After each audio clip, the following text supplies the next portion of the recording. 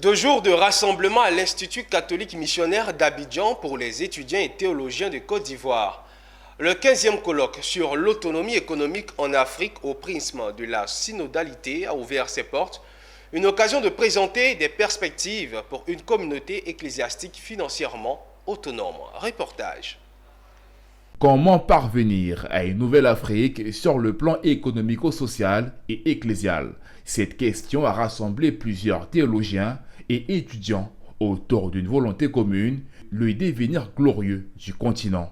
Et pour y parvenir, quoi de plus logique de considérer le regard synodal sur l'autonomie économique en Afrique. Nous avons pensé que cela peut être une source d'inspiration pour une gestion économique autonome en Afrique.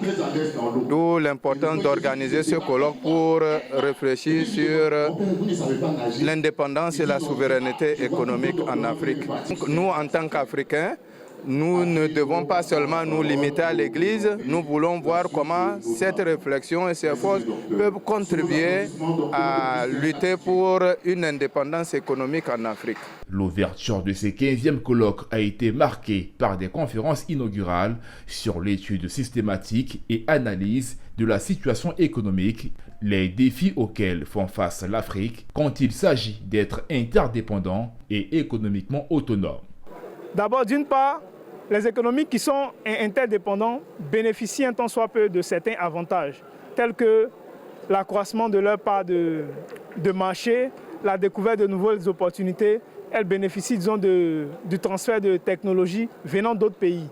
Par contre, cette interdépendance, lorsqu'il y a des chocs négatifs. Un regard synodal suppose une marche d'ensemble en vue d'atteindre un objectif au travers des exemples concrets de réalisation des pratiques à mettre en œuvre. Les institutions ecclésiastiques ont leur part à jouer dans la mission, d'où l'intérêt à s'organiser pour être financièrement autonome. C'est important qu'on puisse justement, dans la marche synodale, apprendre les expériences des autres paroisses.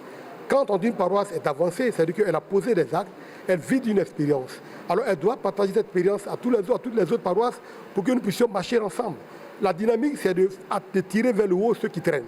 Mais à partir, de modèles, des exemples. Et nous en avons. Mais cela dépend de la volonté et du courage qu'ont les responsables de suivre le train. Durant les réflexions sur l'autonomie économique en Afrique, au regard de la synodalité, vont être un point majeur dans le développement des communautés chrétiennes et celle de l'Afrique.